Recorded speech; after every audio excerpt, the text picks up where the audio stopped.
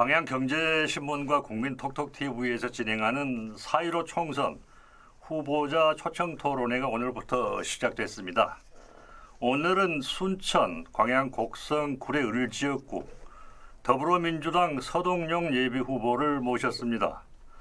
후보자의 성명순에 의해서 초청을 하게 돼서 20일 오후에는 2시에 정의당 유현주 후보가 예정돼 있고 3시 30분에는 무소속 정인화 예비후보가 토론에 참석을 하게 됩니다. 요즘 코로나19 사태로 선거운동에 제약이 많아서 후보자님들 입장에서는 속이 많이 타겠죠. 바쁘신 중에 오늘 대담에 나와주셔서 감사합니다. 먼저 본인 소개를 좀 해주실까요? 예, 안녕하십니까. 순천 광양 곡성 구례 을 지역구 선거구 더불어민주당 후보 예비후보 서동용입니다. 인사드립니다.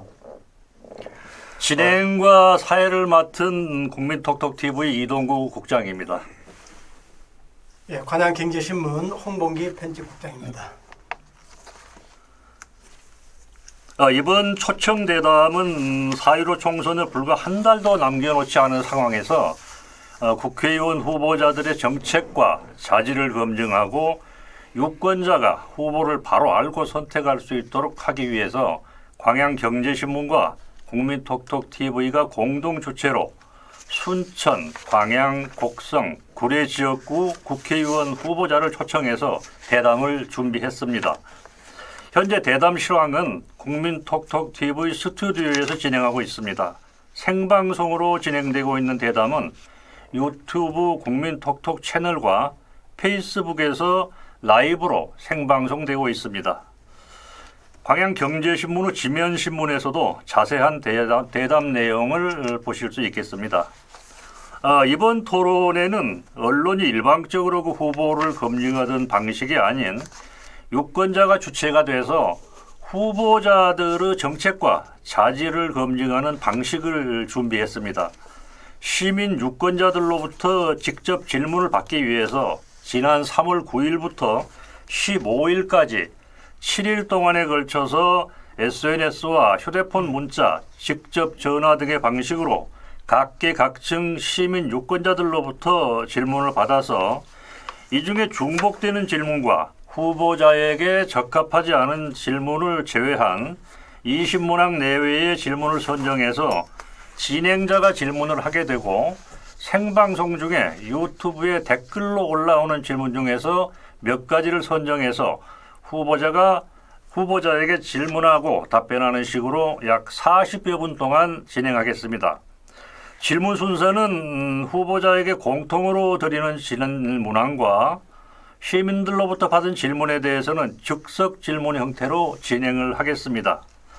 후보자 답변 시간은 단독 초청이기 때문에 시간에 큰 제약은 없습니다만은 질문 문항이 많아서 전체적인 진행 시간을 고려할 때 약 한 질문당 1분 30초 이내로 답변을 하시는 게 적절할 것 같습니다. 예, 먼저 공통 질문을 드리겠습니다. 첫 번째 질문으로 지역적으로 민감한 사안인 선거구 획정이 조정되면서 지역구가 순천 을구가 되었는데 이에 대한 질문을 먼저 하겠습니다. 3월 7일 국회에서 통과된 순천을 포함한 광양, 곡성, 구례 선거구로 순천시 갑을구로 조정이 되었는데 이에 앞서 대다수 순천 시민은 순천에 2명의 국회의원이 탄생할 것으로 생각해 순천이 전남 동부의 중심 도시로 발전할 것이라는 기대와 희망을 품었었습니다. 그러나 잘 아시다시피 해롱면이 순천 을구로 포함되면서 순천 시민들의 기대감과 상실감은 커졌고 관양, 곡성, 구례 시 군민 역시 당혹감을 감추지 못하고 있습니다. 현장에 뛰고 있는 우리 서동용 후보님의 생각은 어떤지 묻고 싶습니다. 예, 먼저 이게 이제 공통 질문이니까 예. 제가 제일 먼저 하는 거예요. 다른 분들도 저 대답하는 것 보고 하시더니 예. 선거구 획정과 관련해서는 다들 아시는 대로 굉장히 당혹스러운 결과가 나왔습니다.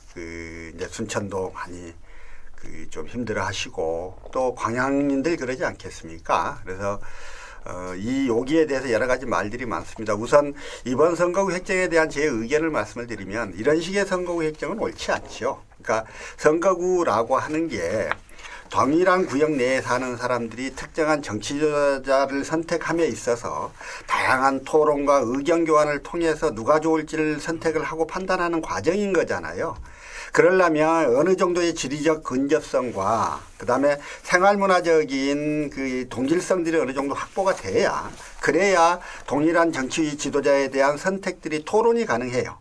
근데 이게 생활 감각이 다른 사람들을 한 군데 모아놔버리면 결국은 사람 숫자 싸움이 돼버려요. 사람 많은 쪽 사람이 돼버리기 때문에 나머지 쪽에서는 적절한 후보를 낼 수 없는 문제들이 발생을 합니다. 그래서 지금 이런 식의 선거구 획정은 옳지 않다 저는 그렇게 생각이 들고요.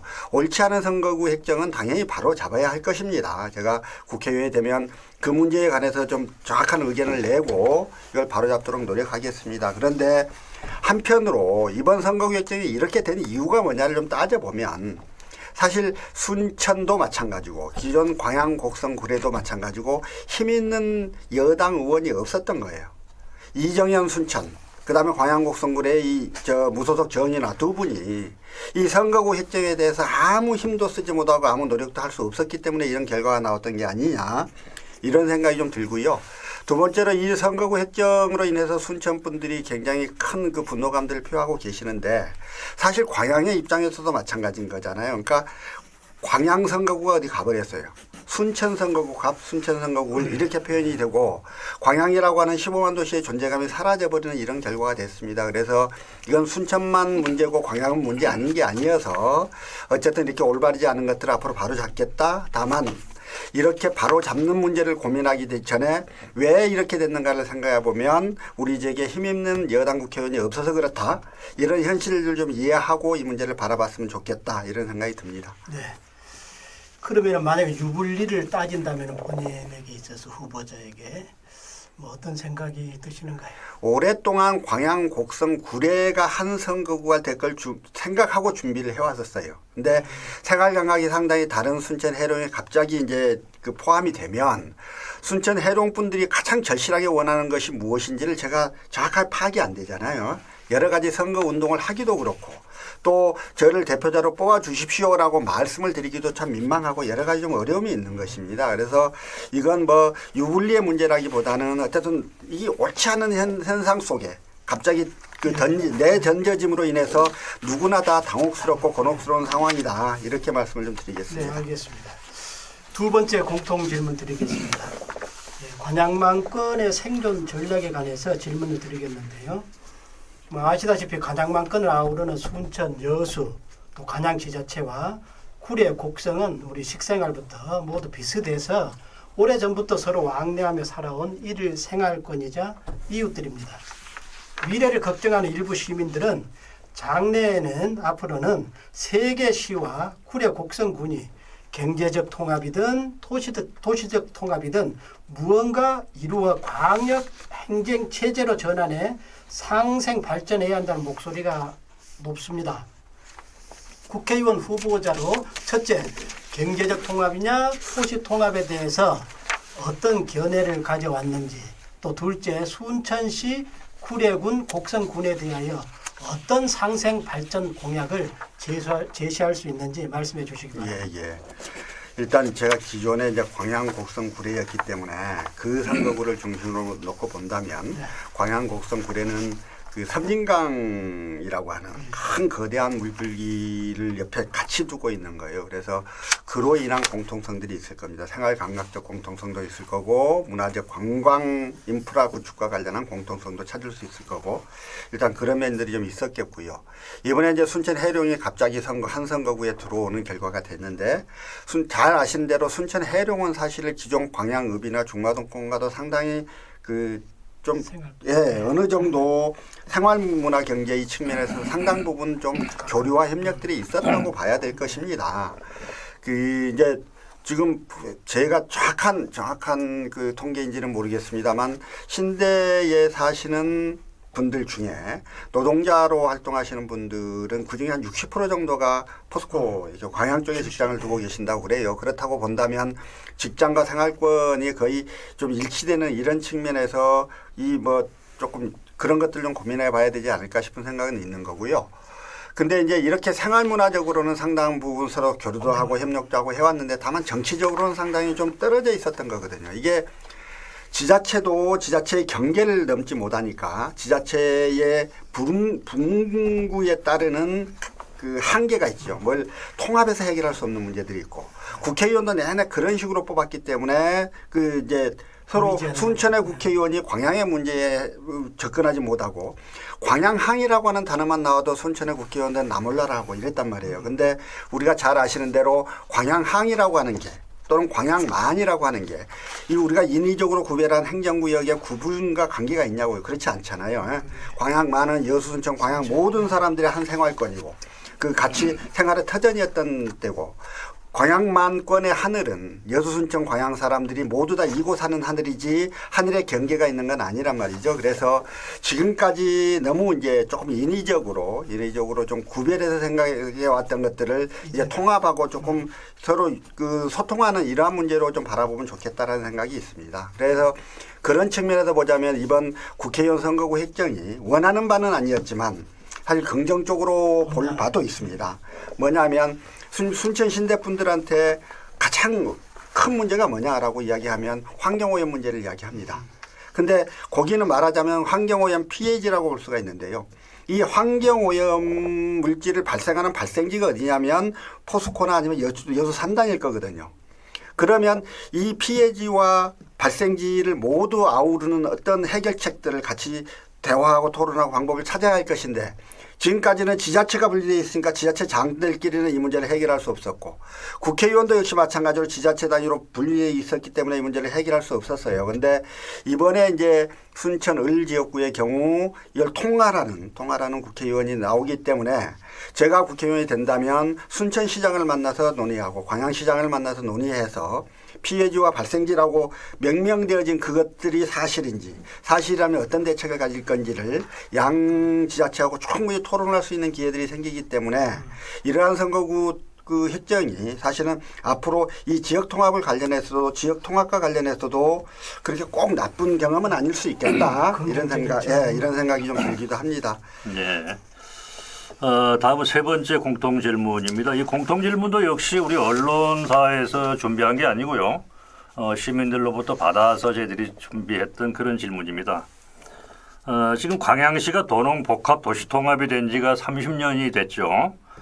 근데 당초에 광양 제철의 입지가 선정되었을 그때 당시만 하더라도 우리 광양읍민들은 큰 기대와 그 희망을 갖고 살아왔는데 그러나 그 관선 시대에는 별로 그 어려움이 없었지만은 지방자치 시대가 되면서 이 광양읍민들은 특히나 기대와 희망이 무너져서 하나둘 이 광양읍을 떠나서 인근 지역으로 이주하는 이런 현상들이 계속 발생되고 있습니다. 그래서 이런 점을 두고 광양 정치 지도자들이 중마권 발전을 우선으로 하는 정치 행정을 펼치고 있기 때문이 아닌가 이런 그 의견들이 있었거든요.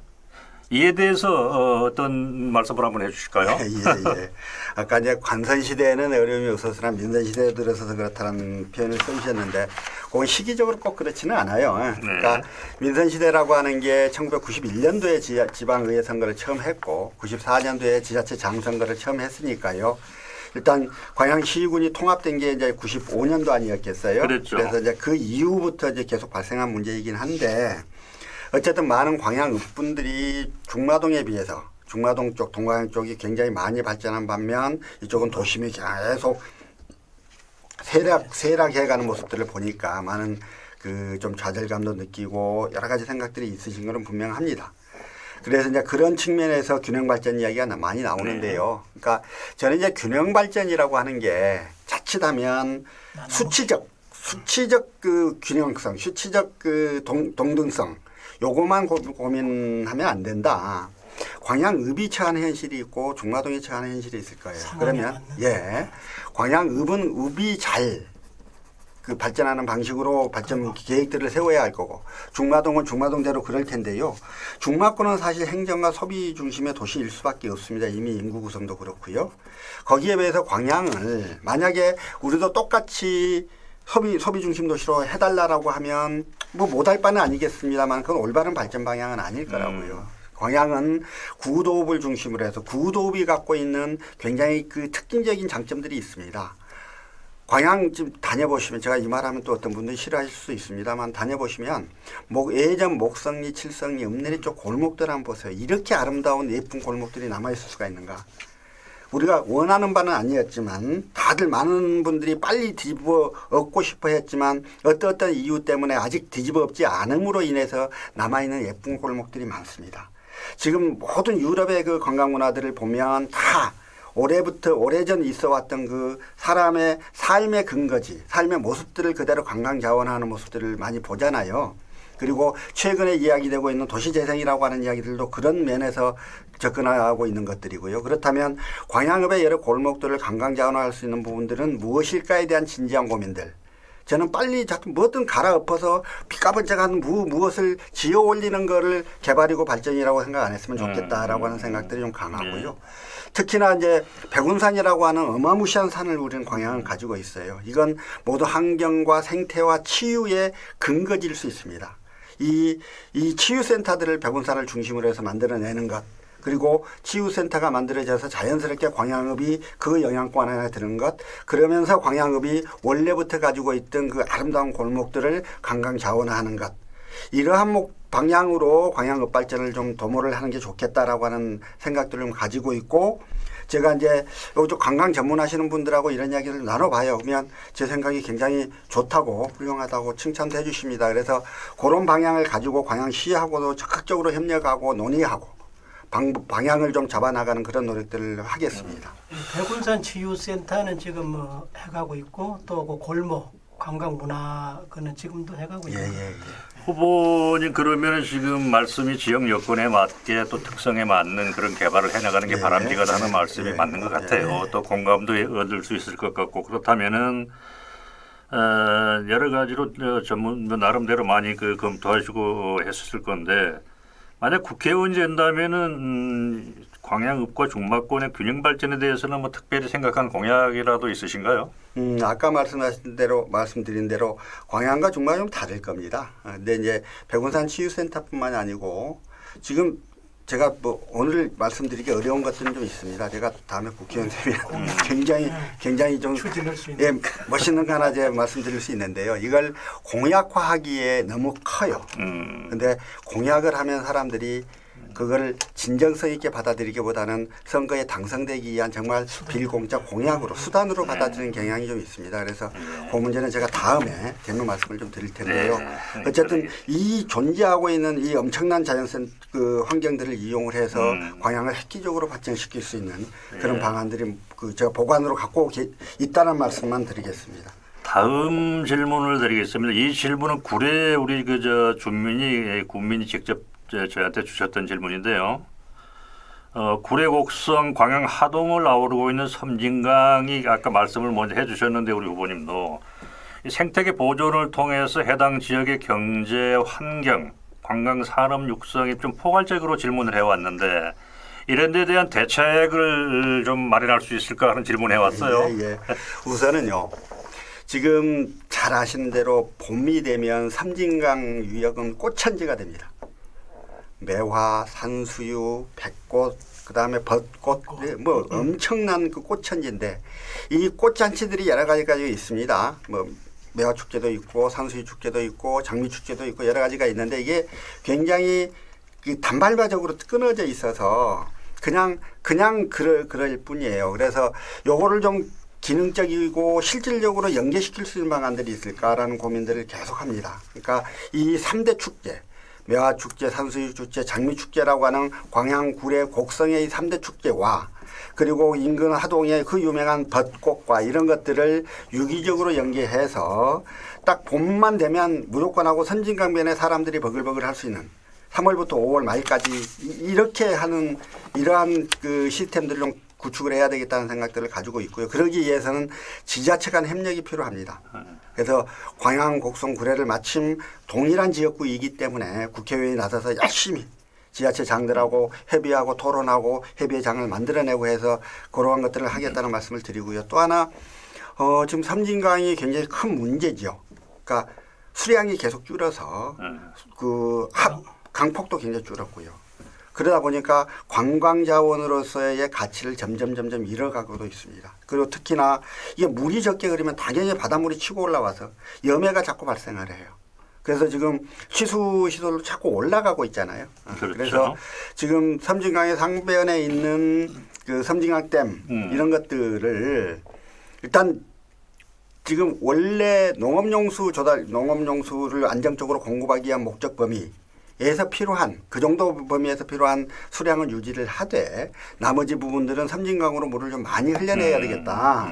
그렇게 해야 섬진강의 강폭도 넓어지고 그 다슬기를 포함해서 제첨 여러 가지 이 강에 살던 여러 가지 생물들이 다시 살아나서 인근 주민들이 먹고 사는데 좀 불편함이 없겠다라는 생각이 좀 들어서요. 어떤 그런 부분들 좀 적극적으로 논의를 좀 하겠습니다. 그 기왕에 논의가 어느 정도 됐던 부분들이 있는데 중간에 스톱이 됐었거든요. 그래서 그걸 완전히 좀 실질적으로 실현시켜서 제가 국회의원이 되면 그 임기 4년 이내에 이 문제를 반드시 풀어내겠다 이런 약속을 좀 드립니다. 그러면 뭐 보를 설치를 해서 물을 가두었다가 내려보낸다 그 말입니다. 기존에 지금 이제 섬진강 댐을 포함해서 여러 가지 그 댐에 물들이 너무 조절을. 많아요. 그러니까 수위를 좀 조절을 해야 돼요. 그러니까 방류량을 좀 늘린다든지 해서. 댐 목적이 너무 많은 거예요 지금. 그래서 그 농업용수의 안정적 공급 목적 정도로 한정을 해야 하면 수량을 좀 조절할 수 있는 방법들이 많을 겁니다. 공업용도 같이. 뭐 지금 그쪽은 공업용수로 쓰고 있는 건 아니니까요. 그래요. 네, 다음 질문을 드리는데 여태 그 시작부터 좀 무거운 질문을 드렸어요. 이번에는 우리 후보자님 많이 생각하고 또 생각했으면서 많이 질문을 받았던 질문을 몇 가지 좀 드려보겠습니다. 이게 아마 제일 많이 질문을 받았지 않을까 싶은데요. 정치를 하고 싶은 진짜 이유가 무엇입니까? 예. 쉬우면서도 어렵죠. 그러니까요. 어떤 일을 함에 있어서 그 이유, 동기 뭐 이런 것들이 다 이렇게 섞여 있는 문제일 텐데 저는 이제 뭐 대학 졸업하고 광양에 내려와서 한 10여 년 장사를 하다가 장사가 쫄딱 망해가지고 되게 사정이 어려워져서 뒤늦게 사법시험 준비를 했습니다.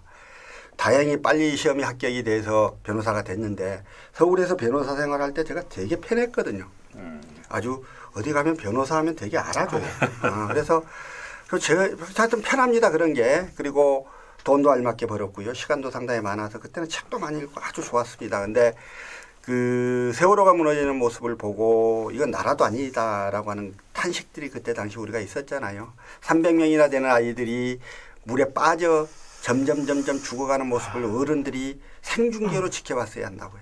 그 충격과 울분과 분노가 너무 컸었고 근데 그걸 계기로 해서 봤을 때 결국 이게 나라의 역할 이걸 제대로 못하는 건 결국 정치였고 정치가 바뀌지 않으면 나라가 바뀌지 않는다라는 생각들이 했고요. 정치가 바뀌려면 어떻게 해야 되는가 사람이 바뀌어야 되겠다는 생각이 들어서 제가 그 정치를 결심을 했습니다. 그래서 저는 정치를 하는 이유가 바로 그것입니다. 그래서 뭐 진짜 이유가 뭐냐? 근데 그게 진짜 이유니까요. 어쨌든 이 정치라 하면 이 공동체 이익을 위해서 해야 되는 일이고 다산 정약용은 정치란 백성을 배불리 먹여 살리는 일이라고 했습니다. 그 정치의 본래적 의미에 맞게 정치를 하려고 노력하고 항상 그러한 원래적 의미로부터 벗어나 있지 않은가를 스스로 돌아보고 성찰하고 그렇게 노력을 좀 하고 있는 것이어서요. 어쨌든 제가 정치를 하고 싶은 이유는 바로 이 공동체 이익을 위하여 이 나라가 좀 더 공정하고 좀 더 안전한 공동체가 되도록 하기 위하여 이렇게 좀 말씀드릴 수 있습니다. 그 지금 몇 분들이 경쟁을 하고 있죠, 우리 후보들이. 근데 다른 후보와 비교했을 때 우리 서동영 후보님이 특히 경쟁력이 있다고 생각하는 장점이 있을 것 같아요. 제가 마음속으로 생각하는 장점은 되게 많습니다. 그러니까 이걸 까놓고 이야기하는 많은데요. 자칫하면 사람들이 뭐 자기 지자랑한다 할까봐 조심스러움은 있습니다. 제가 그럼에도 불구하고 객관적으로 드러냈을 제가 가장 큰 장점이라고 하는 건 지역에 오래 있었다는 것이죠. 근데 단지 지역에 오래 있기만 한 게 아니라 지난 5년간 변호사로서 가장 법률 문제는 역시 정치 문제와 가장 가깝습니다. 이러한 법률 문제를 법률의 전문가로서 지역의 많은 현안에 가까이 갈 수 있었고요. 그 현안을 풀기 위해서 많은 노력들을 해왔었습니다. 다른 분들도 지역에 계셨습니다만 그분들은 지역의 현안을 위해서 저만큼 많이 노력했다고 저는 생각지 않습니다. 자부심을 예, 그 부분에 대해서 제가 굉장히 큰 장점이 있다고 생각을 하고요. 그래서 많은 사람들이 이제 정치를 함에 있어서 나 앞으로 잘할게 이런 말들을 많이 합니다. 근데 저는 앞으로 잘할게 하지 않고 지금까지 해왔던 것만큼 계속하겠다 이런 약속을 좀 드리는 겁니다. 이게 정치 이번 선거에 임하는 제가 가장 갖고 있는 경쟁력이자 장점이라고 생각합니다. 예.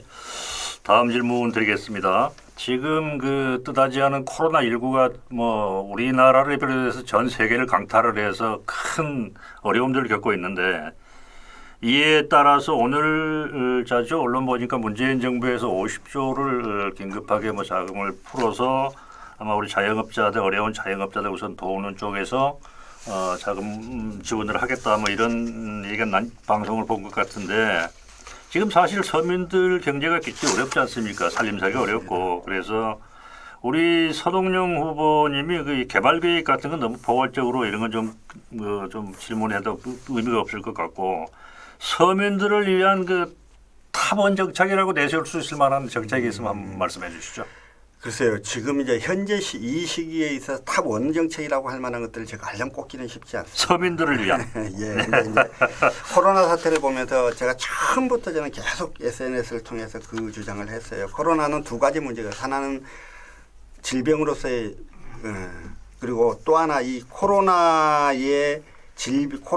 하는 이 바이러스에 대한 과다한 그 공포의 조장이 결국 많은 사람들의 활동을 위축하게 하고 경제 활동을 위축하게 함으로써 영세한 상인들이 되게 힘들어져 버렸습니다. 이제 아주 뭐 심각한 문제가 발생해 있죠. 그래서 저도 이제 진작부터 빨리 추경이나 예비비의 조기 집행을 통해서 이 문제를 해결하자라고 하는 주장을 정부에서 이야기하기 전부터 제가 이야기를 해왔었는데요.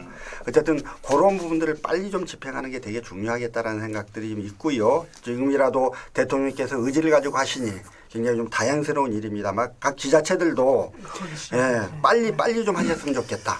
한번 서민 경제는 무너지고 나면 이걸 다시 복원시키는 데 너무 많은 시간이 걸려요. 그래서 완전 무너지기 전에 빨리 좀 조치를 했으면 좋겠다는 생각이 있습니다. 서민 경제를 위한 서민 생활의 개선을 위한 탑원 그거는 하여튼 전체적으로 경기가 잘 돌아가면 서민 경제도 좋아질 거라고 보고요. 그래서 일반적으로 말씀하시는 포스코 미래 산업으로서의 포스코의 미래 그리고 그 광양의 먹거리를 책임질 또 다른 대안으로서의 광양의 문제 이런 것들이 다 제가 머릿속에 들고 있는 경제 정책과 관련한 탑 원이라고 말씀을 드릴 수 있겠습니다. 좋습니다. 다음 선거는 약간 좀 중복성은 있습니다만 역시 시민이 주신 질문이라서 안 드릴 수가 없네요. 선거에서 어차피 선택을 받기 위해서는 지역민과의 공감이 중요하겠죠. 그런데 이 정도면 나는 자신 있다. 그래서 주민들하고의 어떤 방법으로 소통을 할 것인지 또 어떻게 소통을 할 수 있는 방안을 마련할 것인지 이렇게 물어봤어요. 그러니까 주민과 어떻게 소통을 할 것이냐. 그 이제 예전에 어디 자리에 갔더니 지역 활동을 어떻게 할 거냐 뭐 이렇게 표현도 해요. 이제 그게 같은 취지로 묻는 건 아닐 수 있지만 어쨌든 내용적으로는 이제 연결될 수 있을 것 같아요. 제가 지난 5년간 광양의 유일한 변호사로 있으면서 여러 가지 지역 현안들을 같이 좀 논의하고 이야기를 해봤잖아요. 그러면 그때 제가 가장 크게 느낀 건 뭐냐면 정치인의 가장 큰 덕목은 지역 현안을 내 문제처럼 생각하고자 하는 자세다. 저는 이렇게 생각을 했거든요. 잘 아시는 대로 국회의원은 생각보다 굉장히 권한이 많아요. 이 권한을 개인의 영달을 추구하는데 어디 가서 폼 났는 데 쓰지 않고 지역 현안을 해결하는데 이 권한들을 쓰기 시작하면 굉장히 많은 일들을 할 수 있을 거다 이렇게 생각이 듭니다. 그래서 저는 지역에 현안이 있는 곳에 국회의원에서 권한을 아낌없이 쓰겠다. 그래서 맨날 그런 문제에 집중해서 같이 논의하고 토론하고 하겠다. 그러면 이게 바로 시민들과 소통하는 길이고 또 이게 바로 지역구 활동을 잘하는 길이다. 이렇게 생각을 하고 있습니다. 아마 말씀 듣고 보니까 서동영 후보가 만약 국회의원이 된다면 그 약속만 잘 지켜줘도 서민들한테 사랑을 받을 수 있을 것 같네요. 지역 구민들한테. 다음은 그 경제적 관련해서 우리 홍보기 국장이 질문 드리겠습니다. 그 지역적인 현안 문제 중에 그 여순 사건 특별법안이 있습니까? 또 하나 지역 임대 아파트 문제, 그리고 서민의 내 집 마련에 가장 큰 장애가 되고 있는데 임대 아파트 문제는요. 이걸 구체적으로 어떻게 풀어가면 좋을지, 또 그 해결 방안이 있다면 어떤 방안이 있는지 말씀 좀 해주시겠습니까? 저는 이제 여순 사건 특별법 제정이 제 핵심 공약 중에 하나입니다. 근데 어떤 분들은 야, 꼭 그렇게 과거를 이야기해야 쓰겠어, 미래로 가야지라고 이야기도 하십니다. 근데 그 말씀도 틀린 말씀은 아니지만 여순 사건은 비록 여수와 순천에서 주로 이루어지긴 했지만 그 피해자가 가장, 특히 민간인 피해자가 가장 많은 데는 구례하고 광양입니다. 구례하고 광양의 피해자가 많은 이유는 얘가 산이 있어서 그 여순 사건 관계자들이 쫓겨 도망을 갔고 이 사람들이 먹을 걸 찾기 위해서 내려오는 그 과정 지점에 있다 보니까 그렇죠. 토벌군 활동이 가장 활발했던 데가 거기이기 때문에요. 많은 사람들이 내 아버지가, 내 삼촌이, 할아버지가 갑자기 끌려 죽었습니다. 죽고 빨갱이라고 낙인 찍었습니다. 그 할아버지의 죽음을 감추기 위해서 굉장히 혹시 그것 때문에 내 자식이 피해를 볼까 봐 다들 안고 살았습니다. 그래요. 이 문제를 해결해 주지 않으면요, 누구도 국가를 신뢰하지 않아요.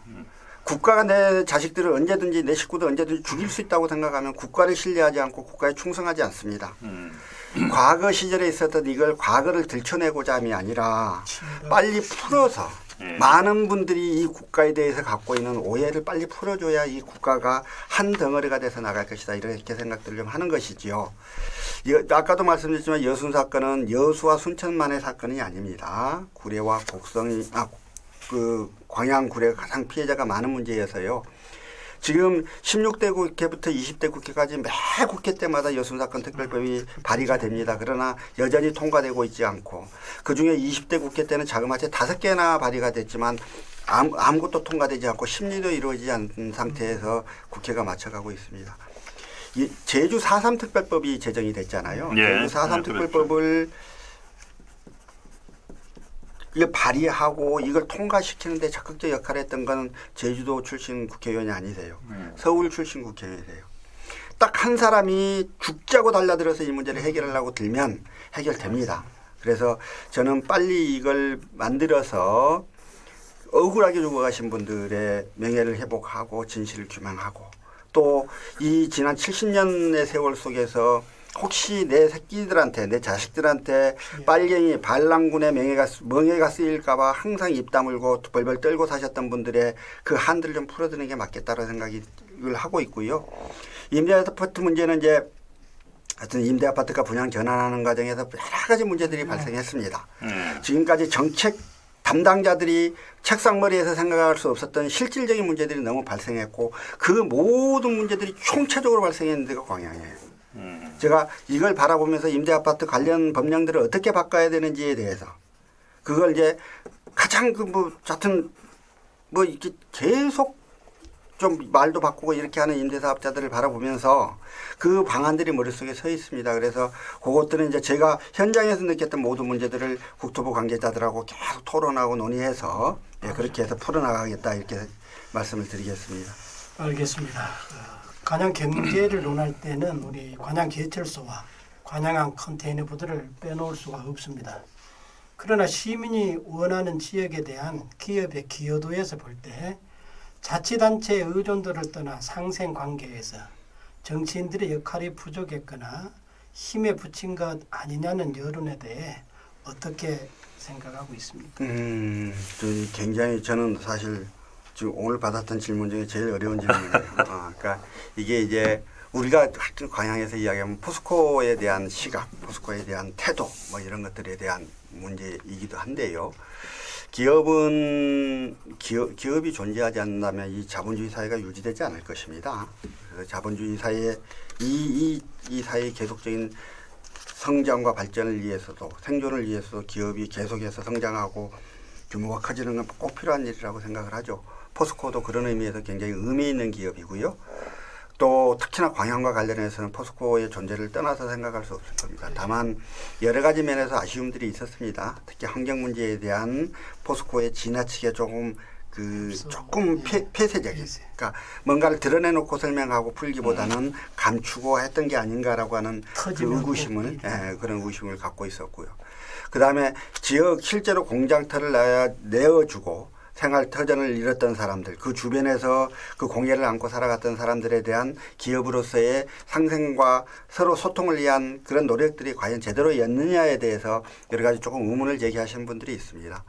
그거는 구체적 정책으로 이렇게 하겠다 저렇게 하겠다 이 말이라기보다는 저는 그 문제에 있어서 결국은 이제 정치인의 감수성의 문제라고 보거든요. 그러니까 포스코를 찾아서 시민들하고 조금 더 소통하고 협력하시기를 권하고 또 시민들이 너무 과도한 뭐 이렇게 요구를 하거나 이런 경우에는 또 국회의원이 나가서 시민들을 설득해서 풀어내고 조정하고 하는 적극적 노력들이 좀 필요하겠다. 근데 지금까지 사실 이 지역의 국회의원들이 그렇게 하심에 조금 아쉬움이 있었던 게 아닌가 이런 생각이 좀 있어서요. 저는 그 부분을 좀 적극적으로 역할을 하겠다 이렇게 약속을 드리겠습니다. 다음 질문은 이제 시민들이 보내주신 질문 몇 가지 드리겠습니다. 지금 시대는 4차 산업혁명 시대로 접어들었습니다. 이럴 때 지역 국회의원이 지역을 위해 할 수 있는 미래 전략적 가치가 무엇인지 좀 구체적으로 몇 가지 말해달라는 질문입니다. 아이고, 예, 4차 산업혁명 시대의 그 미래를 향한 국가와 지방의 전략적 가치를 어디에 둬야 될 것인가의 문제는 여기서 간단하게 이야기할 수 있는 것들은 아니고 제가 그런 것들을 간단히 한두 문장으로 풀어낼 만큼 실력이 있지도 않아서요. 일단 어쨌든 이제 4차 산업혁명 시대라고 하는 게 도래를 했습니다. 이제 기계가 하는 일과 사람이 하는 일이 달라졌죠. 그래서 일단 가장 중심적으로 사람이 할 수 있는 일에 사람이 할 수 있도록 하고 기계가 하는 일, 할 수 있는 일은 기계가 하도록 하는 사람이 갖고 있는 가치, 사람이 갖고 있는 원래적 특성, 감성과 여러 가지 상상력과 하는 것들을 더 잘 발휘할 수 있도록 여러 가지 모든 문제에 있어서 그렇게 그 산업에 있어서 그렇고 교육과 문화 모든 문제에 그렇게 바뀌어 나가야 되지 않겠습니까? 그래서 이 부분은 이제 지역의 어떤 미래 전략적 가치 이 문제보다는 국가적 문제로서 좀 고민해야 될 것 같고요. 제가 좀 더 많이 공부해서 좀 더 많은 것들을 차후에 좀 설명을 드리도록 하겠습니다. 예. 다음에 이제 청년이 미래의 자산인데 지역 청년들이 피부에 와 닿을 수 있는 정책이 혹시 있다면 말씀해달라는 질문입니다. 예. 지금 과거의 청년, 즉 저희가 청년일 때와 지금 청년들을 비교를 해보면 그때 과거 저희들은 미래에 대한 불안함이 크지 않았던 것 같아요. 계속 경제 규모가 막 커지고 있을 때였으니까 성장하고 있을 때였으니까 당장 취업이나 여러 가지 면에 있어서 마음만 먹으면 할 수 있다는 생각들이 컸었는데 지금의 청년들이 그렇지 않잖아요.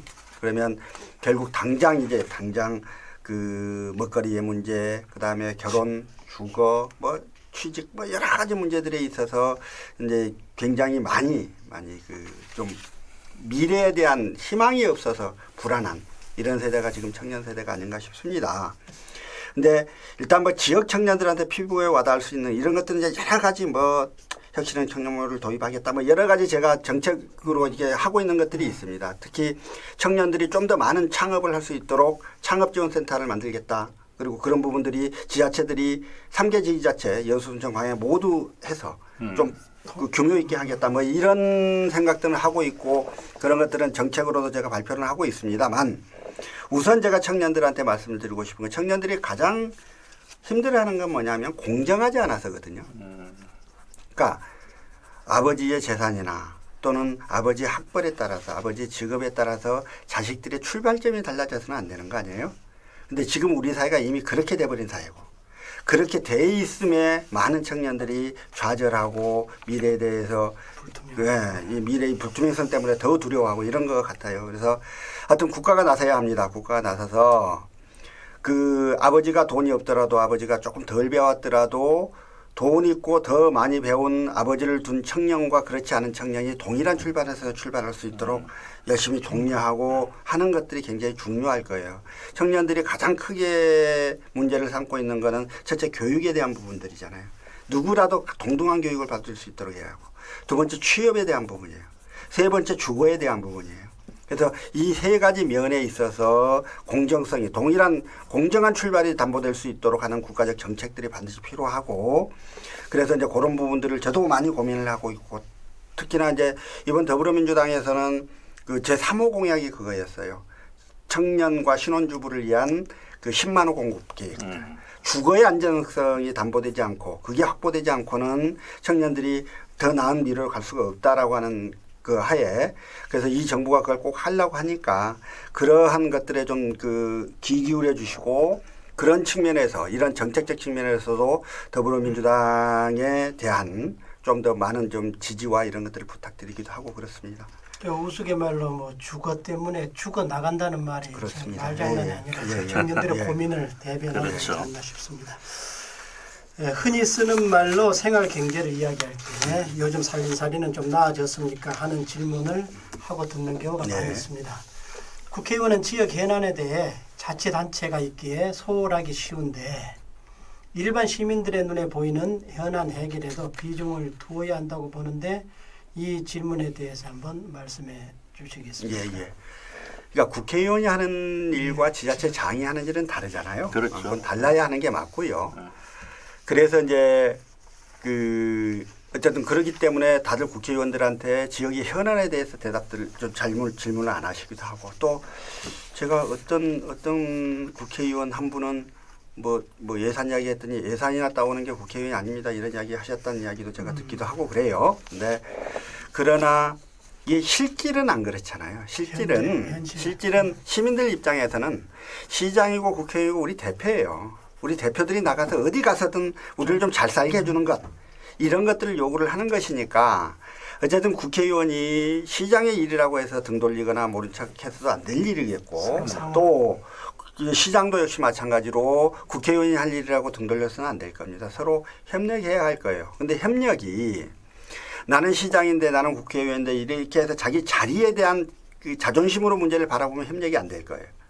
제일 큰 거는 지역 현안은 나를 뽑아준 시민들의 요구다라고 생각을 하면 내가 못한 일 같으면 당신이 조금 더 도와주시라고 하고 당신이 이 정도 하면 내가 더 많이 하겠다고 하고 이렇게 협력해서 풀 수 있을 텐데요.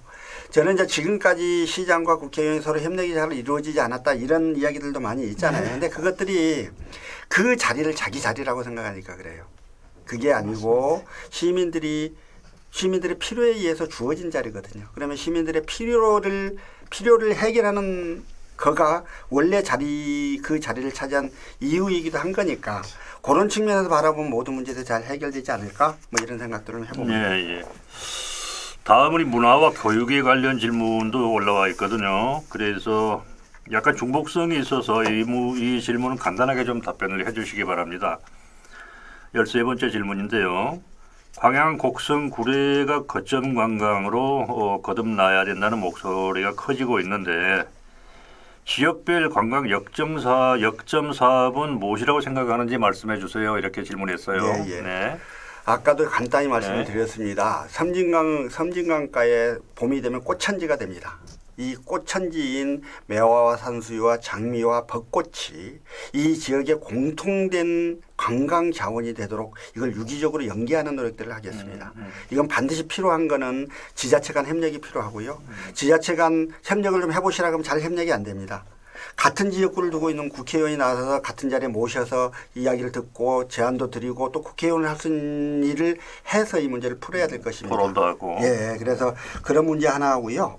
두 번째로 이제 특히나 지리산과 백운산이라고 하는 거대한 산을 두고 있는 그래서 그렇죠. 이 남해안권의 허파라고 불릴 수 있는 이 자연환경을 활용한 의료 휴양단지나 또는 쇼핑이나 레저 뭐 이런 부분들을 그런 거에 맞춰서 풀어낼 수 있는 길들이 많이 있을 겁니다. 그래서 그런 부분에 대한 보관들을 가지고 있다 이렇게 말씀드리겠습니다.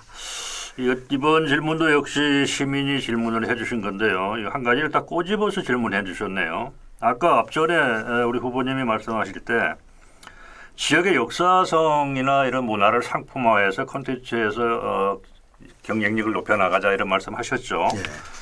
근데 광양에는 지금 그 천년의 역사가 흐르는 도성국사 옥룡사지가 있는데 이게 아마 상당히 많은 분들이 관심을 갖고 명소화 사업을 해야 될 필요가 있지 않는 필요성을 느끼는데도 뭐 여러 가지 문제는 있겠습니다만은 이에 대한 구체적인 방법론을 제시를 못하고 있는데 이에 대해서 한 번쯤 생각해 보셨는지 이렇게 물었어요. 아이고 뭐 당연히 광양에서 지금 광양의 미래 건강 발전을 고민을 할 때 가장 크게들 이야기하시는 부분이기도 하잖아요. 예, 그렇죠. 그래서 옹용은 이제 구수록자에다가 용용자니까 여의주를 문 용이잖아요. 그래서 동네 이름이 정말 큰 건데요. 이 도선이 같은 이 고려 객창을 준비하는 이 모든 과정들이 여기에 들어있기도 하고 역사적으로 또 문화적으로 굉장히 중요한 문제입니다. 반드시 복원해서 이거가 광양을 대표하는 그러한 그 관광지가 되도록 적극적으로 노력하겠습니다. 예, 다음은 또 교육 관련 질문이 올라와 있네요. 이 교육 문제는 어떻게 보면 국회의원 한 사람의 힘으로 해결할 수 있는 데는 한계가 있겠죠. 근데 지금 세간에 사실 문제가 되고 있는 게 흔히들 공교육이 무너졌다, 또 뭐 교권이 무너졌다 이런 얘기들을 들으면서 참 심각할 정도로 여러 가지 그 매스컴을 통해서 우리가 듣고 있는 그런 상황인데 결국 우리 미래 주역인 이 초중고등학교에서 교육이 무너져서 있다는 건 굉장한 문제점이거든요. 그래서 교육 개선과 인성 교육에 어떤 문제가 있는 거 아닌가. 그래서 인성 교육에 대한 방안이 만들어져야 되겠다. 공감을 할 거예요. 아마 대안을 어떻게 제시할지 모르지만. 당연한 이야기인데요. 그러니까 과거에는 이제 아이를 5명, 6명 낳았으니까 부모가 다 못 키워요. 근데 이걸 누군가가 다 좀 키워주는 기관이 있으니까 전적으로 믿고 의존하고 믿고 따르고 이랬죠. 그게 학교였어요. 근데 지금은 1명 내지 2명이니까 내가 키워도 돼요. 그러니까 이 아이들의 교육에 대한 부모들의 어떤 영향력이나 발언권 이런 것들이 훨씬 세져 있어서 똑같은 환경하에서도 과거의 학교의 역할과 지금의 학교의 역할이 많이 달라졌죠. 특히나 이 입시주의 정책들이 계속 유지가 되고 서울대만 나오면 하여튼 뭐 평생을 먹고 사는 게 확보가 돼버리고 하니까 어쨌든 내 새끼만이라도 어떻게 해서 거기를 보내겠다는 생각들이 강하니 뭐 이게 학교를 믿지도 않고 학교에 보내기는 했을 대부분의 또 이게 학과 공부든 또 학원 가서 별도로 시키고 막 이런 부모들의 극성과 열정이 지금까지 이제 한국 교육을 여기까지 이렇게 끌어오고 있는 것일 거예요. 그러한 부모들의 태도가 잘못됐다 이렇게 비판할 수도 없는 것이고요. 뭐 여러 가지 문제들이 있습니다. 여러 가지 문제들이 있는데 저는 우선 공교육을 활성화하면서 여러 가지 제도적인 방침들이 필요한데 그중에 하나가 교사들이 교육에 집중할 수 없어요. 왜냐하면 행정사무가 너무 많습니다.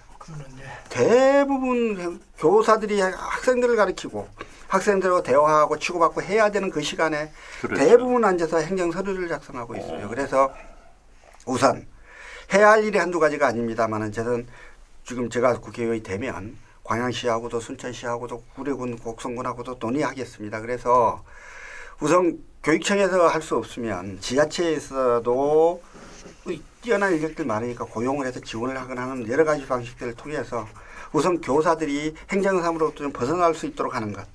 그렇게 해도 교사들이 교육에 집중하지 못한다면 그건 교사들의 자질 문제일 수 있고 그건 그때 접근이 가능할 텐데 지금은 제가 보기에는 대부분 교사들은 그럴 수 있는 시간적 여유도 없어요. 그래서 우선 그걸 좀 풀어내고 나머지 문제들은 그 이후에 풀면 좋겠다. 가장 단편적인 해결책이지만 제가 최근에 가장 좀 깊이 있게 고민하고 생각하고 있는 방안은 그거이기도 합니다. 예. 지금 마을학교가 지금 우리 교육청에서 지금 7군데 정도 좀 하고 있고 그 학교도 들어가고 마을이 아이들을 키우자 해서 지금 간양도 적극적으로 지금 하고 있습니다. 뭔가 우리가 그 교육 제도적인 문제도 좀 변화가 있어야 되겠죠. 결국은. 다음 그 다문화 관련해서 또 질문이 들어와 있습니다. 다문화 이대로 괜찮은가? 이런 질문을 포괄적인 질문을 해줬는데 괜찮은지 아니면은 다문화 가정을 위해서 특별히 추진해야 될 정책이 있는지 이에 대한 그 의견을 물어왔거든요. 말씀해 주시죠. 그 다문화 가정을 위한 여러 국가적인 정책들이 실시가 되고 있고요. 저는 이제 정책적 부족함이 아주 크다라고 생각지는 않아요. 근데 참 안타깝게도 우리 사회에 다문화 가정을 바라보는 시각이 아직은 조금 그렇습니다. 원래 단일 민족의 순수 혈통에 대한 자부심이 굉장히 강했던 세대들이라 또 다른 피부 색깔을 가지고 있는 사람, 다른 말을 쓰는 사람들을 이웃으로 받아들이는 조금 그렇게 조금 어려움이 있나 봐요. 근데 전 두 가지 문제를 드리고 싶어요. 하나는요. 지금 당장 아이들을 안 낳잖아요. 출산율이 툭 떨어져 있잖아요. 그렇죠. 몇십 년 지나면 이 한반도에 사람이 안 살 거라고 합니다. 근데 이 한반도에 사람이 안 사는 건 그때가 한꺼번에 쑥 죽는 게 아니에요. 서서히. 문제는 서서히 줄어들기 때문에 그러면 그때 줄어드는 당시에 노인이 되는 사람들은 먹여 살려주는 젊은 사람이 없게 돼요. 그렇죠. 이 땅에 먹여 살려주는 사람들이 계속 있어야 사람들이 늙을 수 있습니다. 그렇지 않으면 늙기 전에 죽어야 될 것이에요. 이렇듯 우리가 인구 절벽에 따른 여러 가지 문제점들이 있는데요. 지금 다문화 가정들은 그 문제를 해결해 주는 한 축을 담당하고 있음을 우리가 잊어서는 안 됩니다. 사실 다문화 가정들은 외국에서 오신 분들이 90년대, 80년대, 87년 6월 항쟁, 그해 7, 8월에 있었던 노동자 대투쟁 이후 한국 노동자들 급여가 팍 상승을 했습니다. 그러자 상당수의 한국에 있는 기업들, 특히나 영세한 기업들이 못 버티고 외국으로 나갔는데 그나마 한국에 버틸 수밖에 없는, 돈이 없어 외국에도 못 나가는 사람들이 그때 그 기업들을, 영세한 기업들을 유지했던 틀은 외국인 근로자들이었어요. 지금도 그렇고요. 그때 그 어려웠던 시기에 우리의 영세한 규모의 기업들을 지탱해줬던 힘들이 그분들입니다. 그리고 우리 농촌 지역에 많은 사람들이 장가를 못 가고 늙어 죽고 막 이런 상황에 그분들이 결혼해서 2세를 생산할 수 있도록 해주는 그 많은 상당 부분의 역할들을 그분들이 하셨어요. 우리 사회가 가장 어려울 때 우리 사회의 가장 어려운 문제를 해결해주고 같이 사회가 지탱되도록 도와주신 분들이에요. 이러한 시각으로 저는 그분들을 좀 바라봤으면 좋겠다. 그리고 결단코 색깔이 조금 피부 색깔이 약간 다르다거나 눈 색깔이 약간 다르다는 게 그냥 저하고 예컨대 국장님하고도 서로 다르게 생겼듯이 저하고 다문화 가정에 소속 그 누구와도 그렇게 약간 다름에 불과하다라고 하는 그러나 이 공동체를 함께 구성하고 있는 이 공동체의 앞날을 위해서 같이 노력해야 되는 사람이라고 하는 인식들을 우리 스스로가 좀 빨리 가졌으면 좋겠다. 예. 그래서 사람의 인식이 현재로서는 가장 큰 문제가 아닐까 이런 생각들을 해봅니다. 저는 거기에 한 가지 덧붙여서 지금 다문화라고 하는 용어 자체가 이미 차별성을 갖고 있기 때문에 용어도 나중에 혹시 이제 국회의원 되시면 이 용어를 좀 다른 방법으로 좀 바꿔야 되지 않는가 한번 그런 연구해 생각이. 보겠습니다. 예. 다문화 하면 벌써 차별성을 출발이 그럴 수 있죠. 다문화인데요. 그것도 한번 고민을 지금은 충분히 해야 될 때라고 봅니다. 질문해 주시죠. 예. 27번 질문은 빼겠습니다. 계속 중복되는 질문들이 많고 해서 질문 드려볼까요? 아니요. 중복되는 부분이 많죠. 아까 말씀하셨죠. 국회의원이 되면 할 일도 많고 했다고 했는데 사실 여러 많은 혜택이 있고 여러 가지 일들을 할 수 있는 또 힘을 갖고 있는 게 국회의원인 건 맞습니다. 우리나라 국회의원 말입니다. 그렇다면은 지금 민주당이 집권을 하고 있는 집권당인데 민주당의 국회의원이 된다면 가장 하고 싶은 일이 어떤 걸 들 수 있겠습니까? 예, 저는 이제 순천 해룡이 우리 선거구에 같이 들어와서 해룡과 관련한 뭐 여러 가지 것들도 좀 해야 될 거라고 생각합니다. 근데 이제 몇 가지 제가 핵심적 약속들이 있습니다. 여순사건 특별법 만들겠습니다. 여순사건 특별법은 반드시 다수당인 더불어민주당이 당론으로 채택하고 치고 나가야 빨리 해결할 수 있습니다. 제주 4.3 특별법이 만들어졌듯이 여순사건 특별법도 빨리 만들어서 명예도 회복하고 진실을 규명하는 활동들을 하겠다. 광양보건대 빨리 살리겠습니다. 광양보건대는 지금 설립자의 비리로 인해서 굉장히 위기에 처해 있습니다. 역시 이 문제는 저는 지금 현재 광양보건대를 살릴 수 있는 가장 적합한 방법은 문재인 대통령의 공약이기도 한 공영형 사립대라고 생각을 하는데요. 공영형 사립대가 대통령의 공약이긴 한데 집권 여당에서 아직도 그걸 풀고 있지를 못해요. 여러 가지 다른 문제들이 있습니다. 그래서 빨리 집권당의 정책으로서 공영사립대 도입을 추진하게 하고 그래서 광양보건대가 공영사립대의 첫 케이스가 되도록 하는 노력을 하겠다. 이런 말씀을 좀 드리는 거고요. 그다음에 전남 동부권에 의과대학 들어와야 됩니다. 대학병원 들어와야 됩니다. 인구가 여수, 순천, 광양, 구례 뭐 공보성을 이렇게 합하면 90만 가까이 됩니다. 90만 도시에 대학병원이 없다니요. 특히나 산단이 있어도 언제든지 대형 사고가 터질 수 있는 이런데 가까운 지역에 그 중병을 치유할 수 있는 대학병원이 있는 건 너무나도 중요한 문제입니다.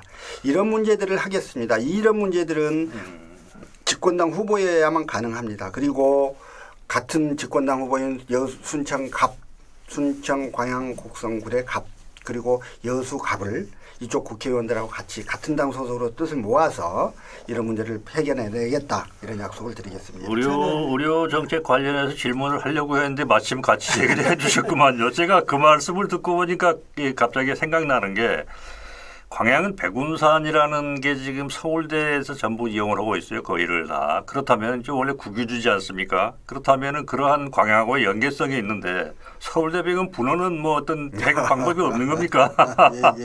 한번 고민해 보십시오. 예, 하여튼 굉장히 깊이 있게 고민을 좀 하겠습니다. 예. 저는 이제 보건대와 관련돼서 우리가 기업 유치에 어려움을 많이 겪고 있잖아요. 근데 대학생들이 뭐 많을 때 3,000명 뭐 이렇게 육박했을 때 관양읍에 뭐 원룸이 부족해서 없었고 그 정도로 된다면 이 보건대에 관해서는 좀 더 정말 적극적으로 꼭 살렸으면 좋겠다. 제가 이런 최상장 몇 년 전부터 계속 보건대 이야기를 드리잖아요. 보건대는 두 가지 문제. 하나는 광양 경제를 지탱하는 가장 큰 축이 됩니다. 광양읍 덕내리 이론의 문제가 아니에요. 저게 진짜로 학생들 가장 많을 때 2,400, 2,500 그 정도 선이 유지될 수 있도록 학교가 정상화되면요. 광양 전체가 그 학교에 의해서 전 경기가 좀 지탱되는 이런 효과가 있을 겁니다. 두 번째로 대학이 있고 없거든요. 대학이 있으면 동네가 고급스러워집니다. 예. 아무래도 그렇습니다. 그래서 청년들이 모여들고 청년들의 문화에 의해서 대학이 그 지역이 주도되는 이러한 그래서 우리 광양이 잘 성장하도록 하는데 대학은 반드시 필요하고 광양 보건대는 그런 의미에서도 반드시 살려야 된다 이렇게 생각이 합니다. 예. 다음 질문은 뭐 곤란하시면 노코멘트 하셔도 됩니다. 아무래도 지금 우리 지역에서 지역구에서 봤을 때는 현 의원인 정인아 의원하고 우리 서동영 후보의 경쟁을 관심 깊게 보는 것 같아요. 그런데 우리 후보자가 정확히 말하면 아직도 예비 후보입니다. 26일 날 이제 후보자 그렇습니다. 등록을 하게 돼 있죠. 우리 정인아 상대 후보에 대한 평가를 하실 수 있을까요? 네, 이제 제가 어떤 말씀을 드려도 순수하게 보지는 않을 것 같긴 한데요. 첫째, 저는 이건 진심으로 그분은 참 정직하고 되게 매너 있는 정치인이라고 생각하고 있습니다. 네. 그래서 훌륭하신 분이에요. 좋은 분이시고요. 다만 그러니까 인간으로서의 아주 훌륭하고 좋으신 분인 거와 정치인으로서 이게 그는 조금 다른 평가가 가능하지 않겠습니까? 예, 우선 그렇죠. 무소속 국회의원이셔요. 그래서 무소속 국회의원으로서 할 수 있는 일의 한계가 분명히 있을 것 같아서요. 이게 지금 지자체장은 그 지자체장이 자기가 의사결정하고 판단하고 공무원들을 통할해서 이렇게 일을 하면 되는 건데 국회의원은 300명 중에 1명이에요. 결국 국회에서의 의사결정이라고 하는 건 세력과 힘의 문제이지 개인의 역량 문제가 아니란 말이에요. 기본적으로. 그래서 혼자서 할 수 있는 일이라고 하는 거는 정말 300분의 1밖에 안 되는 거여서 그 부분에 명백한 한계가 있을 수밖에 없다. 뭐 그런 말씀을 드리고요. 일각에서는 뭐 당선되면 더불어민주당 입당하겠다는 뭐 이야기를 하시고 뭐 그런 이야기도 제가 들었습니다. 그 정인아 의원께서 직접 본인 입으로 하신 이야기인지는 모릅니다. 근데 그런 이야기들이 추측으로나마 있을 수 있는 이야기에서 제가 그 부분에 대한 의견을 좀 드린다면 만약에 당에서 복당을 허용 안 하면 어쩔 거냐의 문제예요. 그러니까 최근에 복당 허용을 안 해가지고 굉장히 애를 먹는 국회의원들이 많이 있었습니다. 지난 시기에.